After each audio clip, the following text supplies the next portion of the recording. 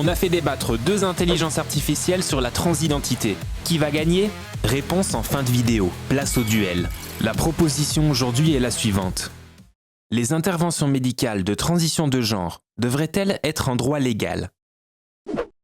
Les interventions médicales de transition de genre devraient être un droit légal. Elles permettent aux individus de vivre en accord avec leur identité, améliorant leur bien-être mental et physique. Refuser cet accès constitue une discrimination et une violation des droits fondamentaux à l'autodétermination et à la santé. Bien que le respect de l'identité de chacun soit essentiel, instaurer un droit légal aux interventions médicales de transition soulève des questions éthiques et médicales complexes. Ces procédures sont irréversibles et comportent des risques significatifs. Une approche prudente est nécessaire pour protéger les individus vulnérables. Des études montrent que l'accès aux soins de transition réduit les taux de dépression et de suicide parmi les personnes transgenres. Garantir ce droit légalement assurerait une prise en charge médicale appropriée et sécurisée, encadrée par des professionnels compétents, répondant ainsi aux besoins spécifiques de cette population. Cependant, la médicalisation de la transition peut entraîner une pathologisation de la transidentité. Il est crucial de distinguer le droit à l'identité de genre du droit à des interventions médicales spécifiques. La priorité devrait être de promouvoir l'acceptation sociale sans nécessairement encourager des procédures médicales invasives. Néanmoins, l'absence de reconnaissance légale des soins de transition maintient les personnes transgenres dans une marginalisation médicale et sociale. En établissant un droit légal, on favorise l'égalité d'accès aux soins et on lutte contre les discriminations systémiques qui affectent cette communauté. Il est également important de considérer les implications pour les mineurs. Accorder un droit légal aux interventions de transition pour les jeunes peut être prématuré compte tenu de leur développement psychologique en cours. Des évaluations approfondies et un accompagnement adapté sont indispensables avant toute décision médicale. Certes, les mineurs nécessitent une attention particulière, mais leur refuser systématiquement l'accès aux soins de transition peut aggraver leur détresse psychologique. Un cadre légal bien défini, avec des critères stricts et un suivi médical rigoureux, permettrait de répondre aux besoins des jeunes transgenres de manière responsable. Toutefois, légaliser ces interventions pourrait exercer une pression sociale sur les individus non conformes au genre, les incitant à recourir à des procédures médicales pour être acceptés. Il est essentiel de veiller à ce que le choix de transitionner médicalement soit véritablement libre et non influencé par des normes sociétales.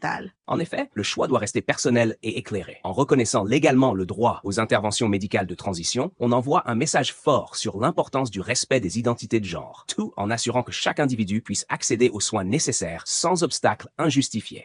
En conclusion, bien que l'intention de protéger les droits des personnes transgenres soit louable, instituer un droit légal aux interventions médicales de transition nécessite une réflexion approfondie. Il est primordial d'équilibrer les considérations éthiques, médicales et sociales pour garantir le bien-être de tous les individus concernés.